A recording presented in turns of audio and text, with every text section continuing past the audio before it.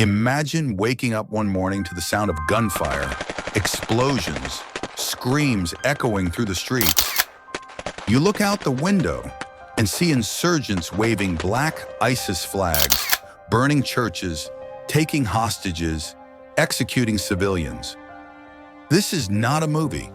This happened in Marawi. In 2017, this city in the Philippines became the stage of one of the most brutal urban sieges of the 21st century. Today, I will tell you the chilling story of how thousands of people were trapped in a hell of violence, death, and despair. ISIS, also known as the Islamic State, is an extremist jihadist terrorist group that emerged in Iraq and Syria in 2014. Their goal: to create a caliphate, a state ruled by a radical interpretation of Islamic law, Sharia, and expand it across the world. ISIS became infamous for its brutality: public beheadings, suicide bombings, the destruction of cities, and the persecution of religious minorities. The group declared hatred not only against Western governments, but also against other Muslim nations they considered infidels.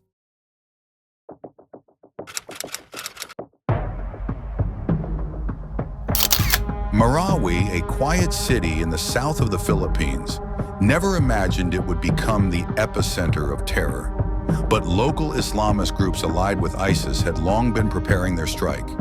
Their plan was ambitious: seize the city, proclaim a caliphate, and show the world that the Islamic State could extend its reach into Asia.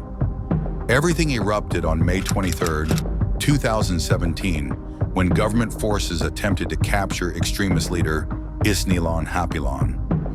What was expected to be a quick operation turned into a nightmare that would last 5 months.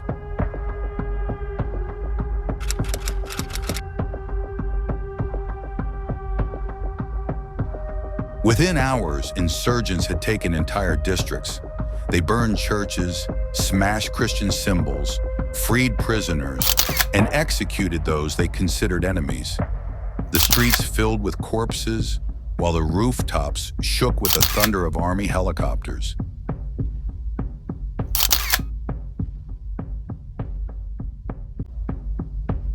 The Philippine military deployed tanks, snipers, heavy artillery, but the enemy knew every corner, every tunnel, every trap.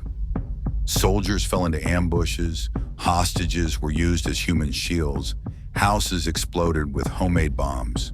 The city became a ghost zone. More than 1,000 dead, over 400,000 displaced.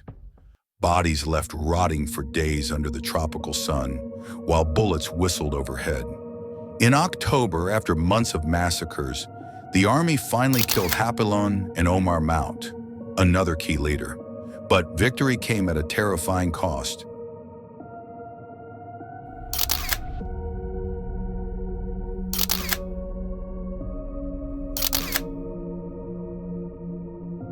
Marawi was in ruins.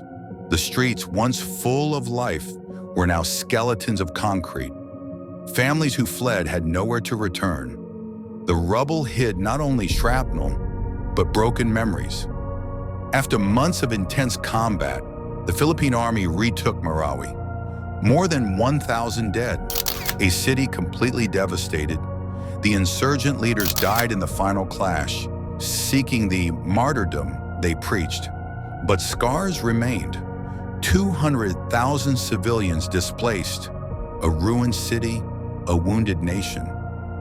The siege of Marawi was not just a local battle, it was a message to the world.